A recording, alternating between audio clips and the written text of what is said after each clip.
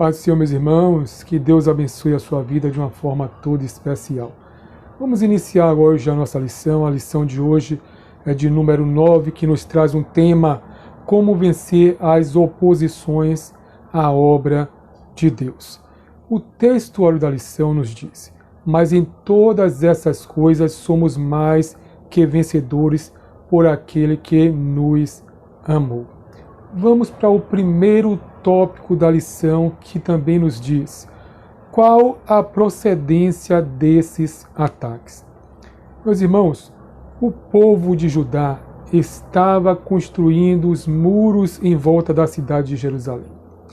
O povo estava animado, feliz, porque Deus estava guiando para uma grande reconstrução daquela cidade.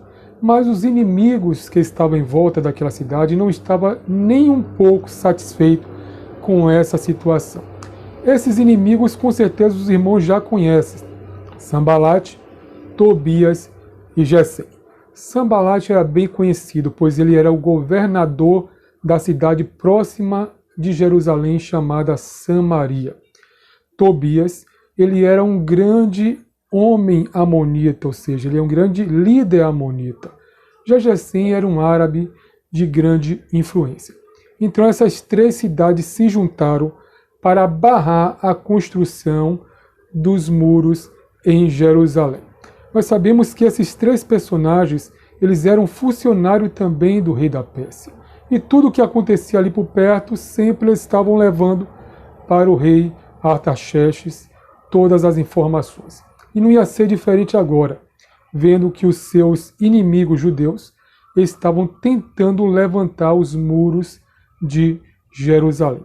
Como o rei persa, Artaxerxes, ele sempre tinha pessoas para averiguar as nações, as cidades circunvizinhas que estavam submissa ao seu império, para ver se alguma ia se rebelar ou estava ali fomentando algum tipo de rebelião contra o rei da Pérsia. Isso, Sambalate, Tobias e Gesem aproveitou a oportunidade para trazer uma má informação, ou seja, infamar os judeus, fazendo com que o rei entendesse que ao levantar os muros de Jerusalém, eles estavam iniciando assim uma grande rebelião contra o rei da Pérsia. Então, queridos, quando o povo de Judá soube da manifestação contrária desses inimigos, Neemias, que chegou ali para liderar e era governador de Jerusalém, era um homem de Deus que estava sempre na posição, ele ali estava guiando o povo nesta tão grande obra.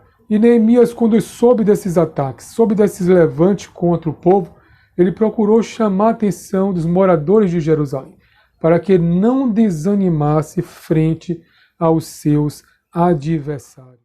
Queridos, esses inimigos, Sambalate representando os samaritanos ao norte de Jerusalém, Tobias representando os amonitas ao leste de Jerusalém, e Gesem representando os árabes ao sul de Jerusalém.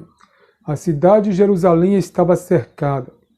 Era iminente os ataques e a sua destruição, caso não houvesse uma intervenção divina. Deus agiu através de alguns moradores que estavam em volta dessas cidades inimigas, descobrindo assim o intento do seu ataque, trazendo informações até Neemias. Neemias revelou o que estava acontecendo aos moradores de Jerusalém. Com certeza em Jerusalém existiam pessoas que levaram essas informações, dizendo que Neemias já sabia do ataque surpresa. Então os adversários, Sambalate, Tobias e Gesem, se acalmaram e desistiram dos ataques surpresa. Queridos, o inimigo ele está sempre querendo destruir a obra de Deus. Nós sabemos que por trás de Sambalate, Tobias e Gesem estava uma força espiritual. E essa força espiritual é o inimigo de nossas almas, Satanás. E ele sempre está guerreando contra o povo de Deus. No livro de Efésios no capítulo 6, nos fala que nós estamos imersos a uma grande luta espiritual, uma grande batalha espiritual.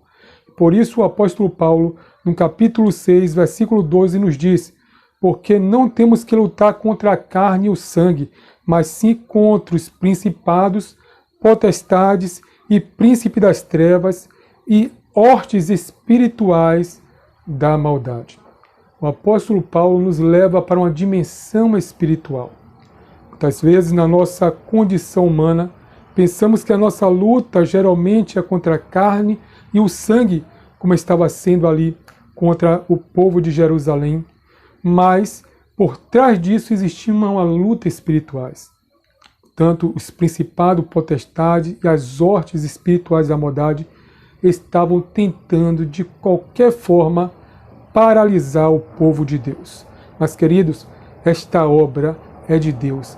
E a obra de Deus, o inimigo pode se levantar, mas ele vai se levantar para cair, porque o Senhor dos Exércitos está conosco e o Deus de Jacó, ele é o nosso refúgio. O inimigo procura atingir a nossa fé. Queridos, o que é fé? A Bíblia responde lá no livro de Hebreus, capítulo 11, versículo 1, que nos diz: ora, a fé é o firme fundamento das coisas que se espera e a prova das coisas que não se veem. A fé é indispensável na vida do cristão, pois a Bíblia nos diz que sem fé é impossível agradar a Deus. E em meio à nossa batalha espiritual, a fé, o escudo da fé, se faz necessário para apagar os dados inflamados dos nossos inimigos. Nós sabemos, queridos, em meio à nossa caminhada como cristão, estamos sempre sendo atacados pelos nossos adversários, Satanás e os seus agentes, os demônios. O diabo, ele tenta de todas as formas nos tirar da presença de Deus, seja através de pensamentos, seja através de tentações. No passado, nós vimos que em meio à batalha, quando vinha um exército guerrear contra o outro, eles lançavam flechas, e essas flechas, antes de lançar, ele embebedava numa solução inflamável e colocava fogo na ponta da flecha. Então aquela flecha ia com fogo para cima dos seus adversários. E a única forma para parar aquelas flechas e aquele fogo era através do escudo, que tinha parte de madeira e também de metal, com couro embebedado em uma solução que com certeza apagaria aqueles dados inflamados. Então por isso é necessário mantermos sempre a nossa fé intacta na presença de Deus. Quando o inimigo vir com a tentação, nós usaremos a palavra de Deus. Assim como está lá em Mateus, no capítulo 4, quando Jesus Cristo foi levado para o deserto para ser tentado. O diabo tentou várias formas tirar Jesus da posição, usando até mesmo a palavra, mas de uma forma distorcida. Jesus rebateu usando o escudo da fé e usando a espada do Espírito, que é a palavra de Deus, trazendo e vencendo o inimigo com a palavra de Deus. Assim também, queridos, nós, em nossa caminhada, temos que estar sempre com o nosso escudo, para que quando vier a tentação, as lutas, nós colocamos o escudo na nossa fé, porque sabemos que Deus está conosco todos os dias até a consumação dos séculos. Qual o segredo da vitória de Neemias e dos judeus? Os judeus, eles sabiam que estavam fazendo a vontade de Deus. E é muito importante nós, como crentes, sabemos que estamos fazendo a vontade de Deus, assim como os judeus. Por quê?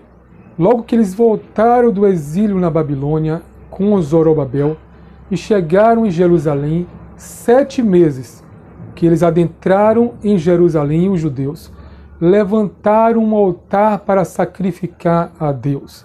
Eles queriam de novo aquela comunhão que por muitos anos eles não poderiam cultuar a Deus sobre o altar. Então, 7 meses que retornaram do exílio, eles construíram juntamente com Zorobabel o altar para sacrificar a Deus. O altar era a forma do contato do povo judeu com o seu Deus. Após alguns outros meses, o povo também se reuniu para construir o templo O templo que estava caído, agora o povo animado resolve também construir, porque eles queriam mais da comunhão de Deus. E passando-se mais alguns anos, Neemias, agora juntamente com o povo, resolve levantar os muros em volta de Jerusalém. Então o povo estava imerso em comunhão com Deus, e eles sabiam que mesmo seus inimigos se levantando, Deus estava na frente e a vitória era certa. Mas além do povo judeu, Neemias, que era o governador de Jerusalém, ele estava focado. Ele sabia que Deus estava no comando daquela situação. E vamos ver no livro de Neemias, no capítulo 2, versículo 20, nos diz: Disse Neemias, o Deus do céu é o que nos fará prosperar, e nos seus servos nós levantaremos e edificaremos. Neemias sabia que Deus na frente, ele se levantaria e edificaria tudo aquilo que Deus colocou para fazer. Então, queridos, assim também é na nossa vida. Por mais que o inimigo se levante, por mais que ele tente nos derrubar, mas ele vai cair por terra, porque o Senhor dos Exércitos está conosco e o Deus de Jacó, ele é o nosso refúgio. Neemias, ele viveu sempre uma vida de oração. Vamos acompanhar algumas passagens que nos falam que Neemias estava em comunhão e em oração com Deus. No livro de Neemias, capítulo 1, versículo 4, nos diz: orou e jejuou pelos judeus. Neemias, capítulo 2, versículo 4, nos fala: orou para responder ao rei Artaxerxes. Neemias, capítulo 4, versículo 4, Neemias ora a Deus pedindo um grande livramento quando seus inimigos se levantaram. Neemias, capítulo 5, versículo 19, nos diz: ora a Deus em agradecimento por Deus ter levantado ele para ajudar o povo judeu. Neemias sempre viveu uma vida de oração. E ele deixou exemplo para que nós possamos assim seguir o seu exemplo. Que nós possamos também, queridos, aqui finalizando a lição, temos mais uma vida de oração, uma vida de jejum, uma vida de consagração a Deus. Nós sabemos que temos nossos afazeres, mas o inimigo não está parado.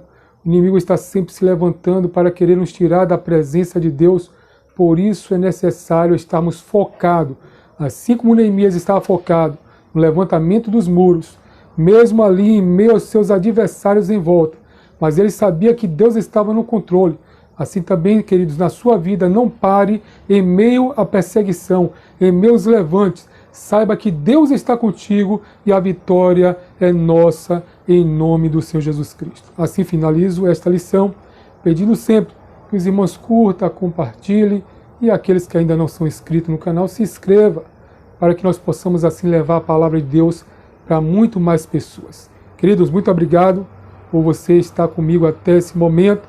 Esperamos, se Deus assim permitir, a próxima lição, lição de número 10, para trazermos um pouco mais da palavra de Deus para nossas vidas. Que Deus abençoe a todos e nos dê um dia em paz, em nome do Senhor Jesus Cristo. Shalom, Adonai, povo de Deus.